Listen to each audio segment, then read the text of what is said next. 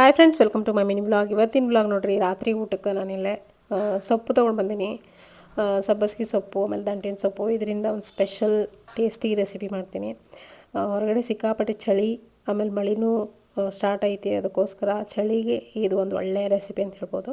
ಒಂದು ಕುಕ್ಕರ್ಗೆ ನಾನಿಲ್ಲೇ 1 ಕಪ್ ಆಗೋಷ್ಟು ಬೇಳೆ ಹಾಕ್ಕೊಂಡೆ, ತೊಗರಿಬೇಳೆ. ಆಮೇಲೆ ಸೊಪ್ಪನ್ನ ಕಟ್ ಮಾಡಿ ಸಣ್ಣಗೆ ವಾಶ್ ಮಾಡಿ ಇಟ್ಕೊಂಡಿದ್ದೆ, ಅದನ್ನು ಹಾಕಿ ಬೇಯಿಸಿದೆ. ಇಲ್ಲಿ ಮಸಾಲೆಗೆ ಜೀರಿಗೆ, ಮೆಣಸು, ಹಸಿಮೆಣಸಿನ್ಕಾಯಿ ಎಲ್ಲ, ಶುಂಠಿ ಬೆಳ್ಳುಳ್ಳಿ ಪೇಸ್ಟು, ಆಮೇಲೆ ಈರುಳ್ಳಿ, ಟೊಮೆಟೊ ಎಲ್ಲ ಹಾಕಿ ಚೆಂದಾಗಿ ಫ್ರೈ ಮಾಡಿಕೊಂಡೆ. ಸ್ವಲ್ಪ ಹುಣಸೆಹಣ್ಣು, ಕೊತ್ತಂಬರಿ ಸೊಪ್ಪು, ಹುಳಿ ಹಾಕಿ ಅದನ್ನು ರುಬ್ಕೊಂಡೆ ಮಸಾಲೆನ. ಇವಾಗ ಒಂದು ಪಾತ್ರೆಗೆ ಆ ಮಸಾಲೆ ಎಲ್ಲ ಹಾಕ್ಕೊಂಡು ಚೆಂದಾಗಿ ಹುರ್ಕೊಂಡು ಕರಿಬೇವಿನ ಸೊಪ್ಪು ಹಾಕಬೇಕು.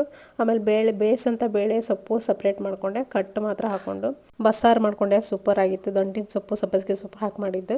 ಇದ್ರ ಜೊತೆ ಬಿಸಿ ಬಿಸಿಯಾಗುವಂಥ ರಾಗಿ ಮುದ್ದೆ ಕಾಂಬಿನೇಷನ್ ಆಗಿ ಮಾಡ್ಕೊಳತ್ತೀನಿ. ಟೇಸ್ಟ್ ನೋಡಿ ಖಾಲಿಯಲ್ಲಿ ಮಾಡ್ತೀನೋ ಅಂದ್ಕೊಂಡಿದ್ದೆ.